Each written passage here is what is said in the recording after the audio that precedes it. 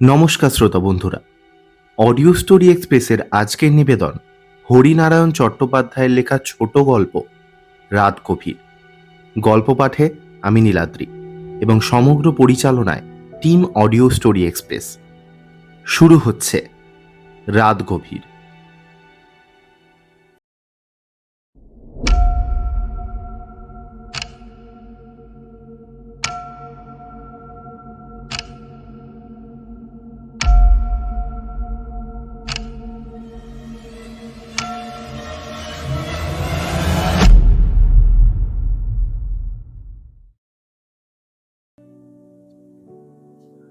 দোষটা আমারই।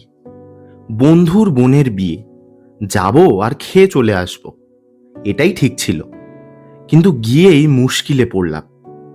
বন্ধু একান্তে ডেকে হাত দুটো ধরে বলল, উদ্ধার করে দে ভাই, ভীষণ বিপদে পড়েছি, উদ্ধার করে দে।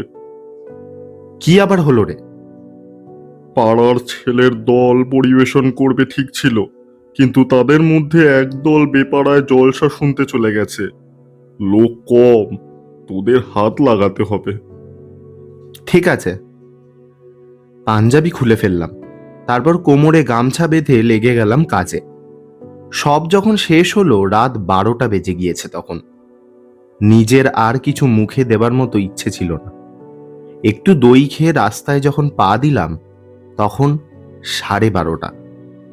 বন্ধু বলছিল নিমন্ত্রিতদের কারোর একটা মোটরে উঠিয়ে দেবে, কিন্তু রাস্তায় নেমে দেখা গেল সবাই চলে গিয়েছে, কোনো মোটর নেই। বন্ধুকে আশ্বাস দিলাম, আমি বড় রাস্তা থেকে একটা ট্যাক্সি ধরে নেব রে। 12:30 কলকাতার পক্ষে আর এমন কি রাত। রাস্তার মোড়ে গিয়ে দেখলাম এদিক ওদিক ফাঁকা, যানবাহন তো নেই, রাস্তা জনমানব শূন্য। আচমকা ফোঁটা ফোঁটা বৃষ্টি শুরু হলো। বিরক্তিকর একটা ব্যাপার। বৃষ্টির ফাঁকে রাস্তার আলোগুলো বেশ নির্জীব, নিষ্প্রভ। পিছিয়ে একটা দোকানের আড়ালে দাঁড়াতে গিয়েই বিপত্তি। একটা কালো কুকুর শুয়েছিল। দেখতে না পেয়ে একেবারে তার পেটের উপর পা চাপিয়ে দিতেই কুকুরটা বিকট স্বরে চিৎকার করে উঠল, গেছি রে বাবা, গেছি গেছি গেছি গেছি।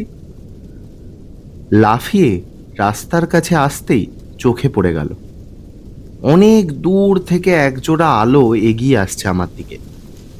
মরিয়া হয়ে রাস্তার মাঝখানে গিয়ে দাঁড়ালাম। বাস, লরি, ট্যাক্সি, প্রাইভেট গাড়ি যাই হোক না কেন দুহাত তুলে থামাবো। তা না হলে সারাটা রাত এইখানে দাঁড়িয়ে থাকতে হবে, কিংবা পিছু হেঁটে নিমন্ত্রণ বাড়ি গিয়ে বন্ধুকে ঘুম থেকে তুলে তাকে বিব্রত করতে হবে। আলো দুটো খুব ধীরে ধীরে এগোচ্ছে। মাঝে মাঝে সন্দেহ হলো সেটা বুঝি থেমেই আছে, আর এদিকে আসবেই না। পকেট থেকে রুমাল বের করে সবে ভিজে মাথাটা মুছে নিচ্ছি, আচমকা কর্কশ কণ্ঠস্বরে চমকে উঠলাম, কি মশাই, রাস্তার মাঝখানে নটরাজ নৃত্য দেখাচ্ছেন নাকি? তারপর চাপা দিলেই তো চটে যাবেন। তাড়াতাড়ি রাস্তা থেকে সরে এসেই লক্ষ্য করলাম একটা মিনি বাস। দূরের আলো জোড়া আর দেখা গেল না, তার মানে দূরের আলো দুটো এই মিনি বাসেরই। হঠাৎ খুব দ্রুত এসে পড়েছে। এই দাঁড়াও দাঁড়াও দাঁড়াও দাঁড়াও, আমি উঠবো। মিনি বাস থামল।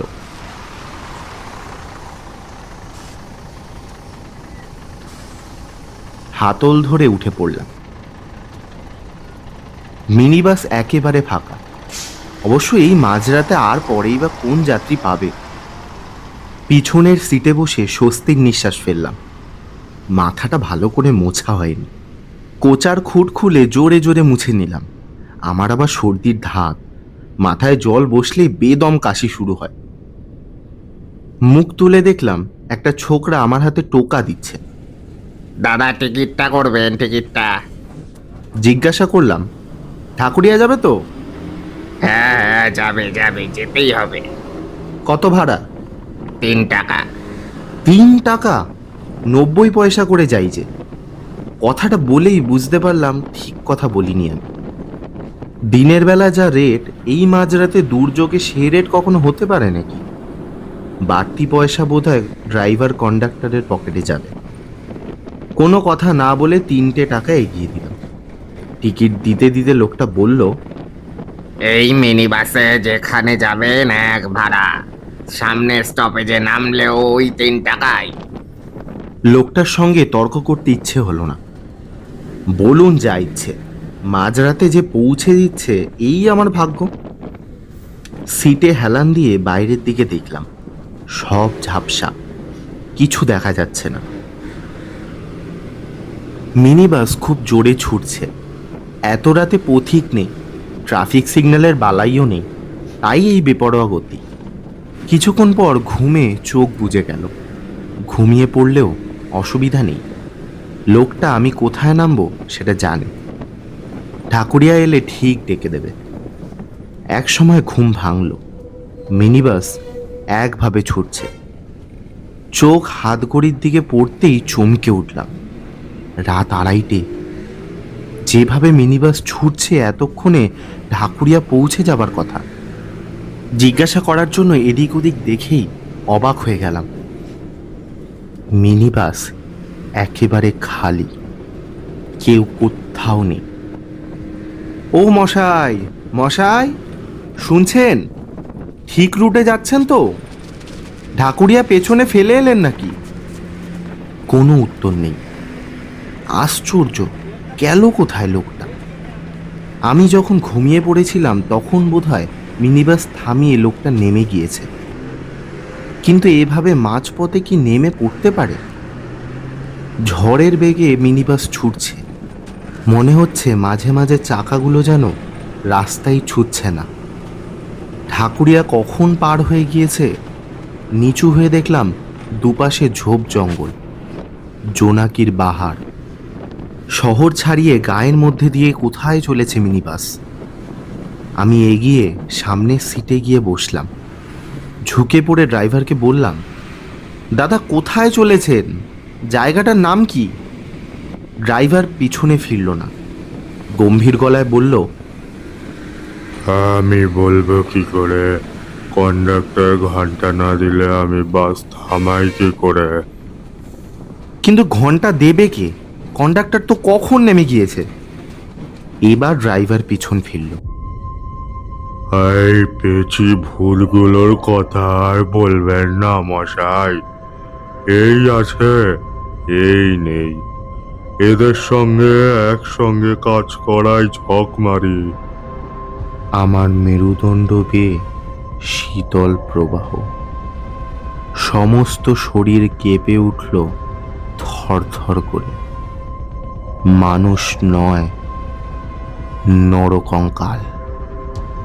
চোখের দুটো গর্তের মধ্যে লাল আলোর শিখা। কথা বলার সময় দাঁতগুলো মড়মড় করে উঠল। গলা দিয়ে ভয়ার্ত স্বর বের হলো, আপনি? আবার ড্রাইভারে হেসে উঠল। দু হাতে পাশা নড়লে যেমন শব্দ হয় তেমনই আওয়াজ। আমি, এই দেখুন।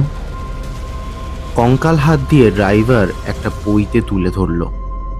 খানদানি ব্রহ্মদৈত্য। বর্ণশ্রেষ্ঠ ব্রাহ্মণ ছিলাম, আমার সঙ্গে ওদের তুলনা? মরেওছি ব্রাহ্মণের হাতে। ড্রাইভার মুখ ফিরিয়ে আবার স্টিয়ারিংয়ের দিকে নজর দিল। কি দাদা, লাফিয়ে বেড়াচ্ছেন কেন? টিকিট করেছেন? পেছন থেকে কন্ডাক্টরের কণ্ঠ। লোকটা হঠাৎ এলো কোথা থেকে? কিন্তু কোথায় লোকটা? শার্ট প্যান্ট, কাঁধে ব্যাগ, সব কিছু আছে, শুধু লোকের চিহ্নটা নেই। আচ্ছা, মিনি বাসে উঠেছি তো, ভুতুরে বোধ হয়। এখন প্রাণ নিয়ে বাড়িতে ফিরতে পারলে হয়। পকেট থেকে টিকিট বার করে দেখালাম। গলায় সাহস এলে বললাম, কোথায় ছিলেন এতক্ষণ আপনি?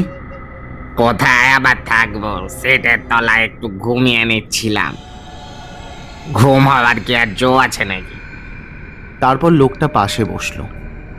লোকটা বসলো না, তার জামা কাপড় বসবার ভঙ্গি করলো। আপনাকে কি বলছিল ভৈরব ভট্টাচ? আমি তো অবাক। দেহ অদৃশ্য, অথচ কণ্ঠস্বর কানে আসছে। জিজ্ঞাসা করলাম, ভৈরব ভট্টাচার্যকে? ওই যে বাস চালাচ্ছে, বামনাই দেখাচ্ছিল বুঝি। যে আসে তাকেই পৈতে তুলে দেখায়। আজকাল পৈতের কোনো মান সম্মান আছে নাকি? ওর জন্যই তো আমার এই অবস্থা। কিরকম? লোকটা ব্যাগটা কাঁধ থেকে কোলের উপর রাখলো, বেশ চুৎসই হয়ে যেন বসলো। তারপর বলতে শুরু করলো। স্টিয়ারিং ধরলে ভৈরবের আর জ্ঞান থাকে না। তখন মিনি বাস না উড়োজাহাজ কি চালাচ্ছে সেটা ভুলেই যায়। কতবার যে সাবধান করেছি, কিন্তু কে শোনে কার কথা। 5-6 বছরের বাচ্চা হাতে মুড়ির ঠোঙা রাস্তা পার হচ্ছিল, দিলে তাকে চেপে, ব্যাস চারদিক থেকে লোক ঘিরে ফেলল। আধ লাইটের বৃষ্টি শুরু হলো মিনি বাসের ওপর। চায়ের দোকান থেকে এক টিকিওয়ালা বামুন বের হয়ে এলো, হাতে লোহার রড, একেবারে সোজা ভৈরবের মাথায়। আর শব্দটি করতে হলো না, স্টিয়ারিং এর ওপর নেতিয়ে পড়ল। আমি দরজা দিয়ে পালাবার চেষ্টা করছিলাম, থানি দেশে লাগলো আমার চোয়ালে। বাপ বলে ডিগবাজিকে রাস্তার উপর পড়লাম। সেই থেকে এই অবস্থা আমার। ভৈরব বামুনের হাতে গিয়েছে, নিজে বামুন তাই ব্রহ্মদৈত্যী, আর আমি। কথা আর শেষ হলো না। ভৈরব ভট্টাচার্য হুঙ্কার দিয়ে উঠল। হ্যাঁ দেখ গুপে, প্যাসেঞ্জারকে যা তা বোঝাতে যাস না। তুই তো বললে সব ঠিক আছে, চালাও জোরে, বাবুদের অফিসের দেরি হয়ে যাবে। এই খবরদার, কপালে নিচে অমন ড্যাব ড্যাবে এক জোড়া চোখ রয়েছে কিসের জন্য? রাস্তার লোকজন দেখতে পাও না? আমি বলবো তবে থামবে। এবারে ওদের চেহারা দেখা গেল। চেহারা মানে কঙ্কাল। চেঁচামেচি, হইচই, শেষকালে হাতাহাতি। সর্বনাশ! ভৈরব ভট্টাচার্য স্টিয়ারিং ছেড়ে বাসের ভিতরে হাত বাড়ালো। আজ তোর একদিন কি আমার একদিন। একবার ইটের ঘায়ে কাবার হয়েছিস, এবার আমার হাতে হবে। গুপেও আস্তিন গুটিয়ে রুখে দাঁড়ালো। আঙুলের হাড়গুলো মরমর করে উঠল।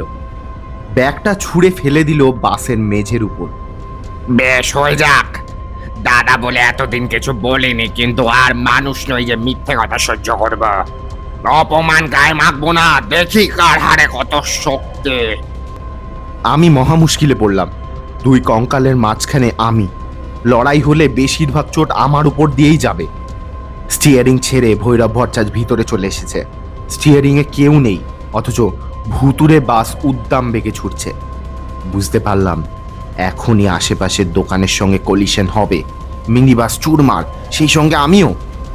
অনেকগুলো উত্তেজিত কণ্ঠস্বর, কেউ ভৈরব ভট্টাচার্যের পক্ষ সমর্থন করছে, কেউ গুপির। কিন্তু বাস তো খালি ছিল, এতগুলো লোক এলো কোথা থেকে? মুখ ফিরিয়ে যা দেখলাম, তাতে আমার মাথার চুল সজারুর কাটার মতো খাড়া হয়ে উঠল। মনে হলো বুকের টুকটুক শব্দ বুঝি বন্ধ হয়ে যাবে। একেবারে সামনের সিটে আমার পাশে তখন হালদারের দাদা মশাই। মাস দুয়েক আগে যিনি বাজার থেকে আসবার সময় বাসের চাকার তলায় একেবারে থেতলে গিয়েছিলেন। তার পেছনের লোকটিও আমার খুব চেনা, আমার অফিসের দপ্তরি। সে কদিন আগে অফিসের সামনে ট্রাম থেকে নেমে রাস্তা পার হওয়ার সময় বাসের তলায় গুড়িয়ে ছাতু হয়ে গিয়েছিল। আরেকজনকে চিনতে পারলাম, আমাদের ঝিয়ের 7 বছরের ছেলে রতন। সেও মারা গিয়েছে বাসের চাকায়। বাকি লোকগুলোকে ঠিক বুঝতে পারলাম না, তবে রক্ত মাংসের মানুষ কেউ নয়, সবাই কঙ্কাল। বিকট চিৎকার আর হাড়ের হাততালির কানে তালা ধরা শব্দ। লড়ে যা ভৈরব, গুপি দেখি তোর মুরত কত। আর একদল চেঁচাচ্ছে, সাবাস গুপি, একটা আপার কাট, ভৈরবকে ঠান্ডা করে দে। একবার ভাবলাম যা থাকে কপালে, বাস থেকে দিই এক লাফ। কিন্তু ছুটন্ত এই বাস থেকে লাফ দিলে নির্ঘাত মৃত্যু। তাছাড়া নামবার জায়গা আটকেই তো যত মারামারি। হঠাৎ প্রচণ্ড একটা শব্দ, মনে হলো মিনি বাসটা দু হাতে তুলে কে যেন আছড়ে ফেললো। হাড়ের খটাখট, কলকবজার ঝনঝনাত, সব লোকগুলো বুঝি তালগোল পাকিয়ে গেল। আমি বিদ্যুৎ গতিতে ছিটকে বাইরে গিয়ে পড়লাম।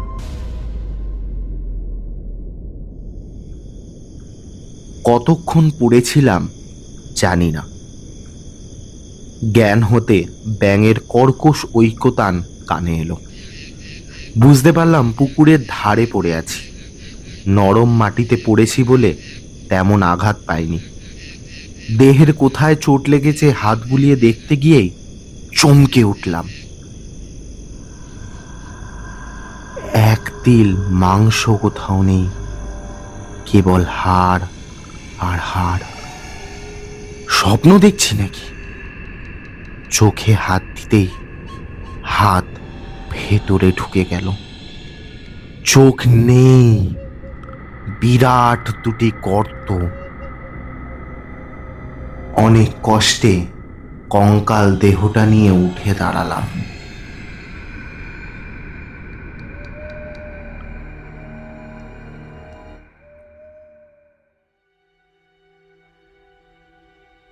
এতক্ষণ শুনছিলেন হরিনারায়ণ চট্টোপাধ্যায়ের লেখা ছোট গল্প রাত গভীর। গল্পটি ভালো লাগলে লাইক, শেয়ার এবং চ্যানেলটি সাবস্ক্রাইব করে দেবেন। সাবস্ক্রাইব করার পর পাশে থাকা বেল আইকনটি ক্লিক করে দেবেন। দেখা হচ্ছে পরের গল্পে।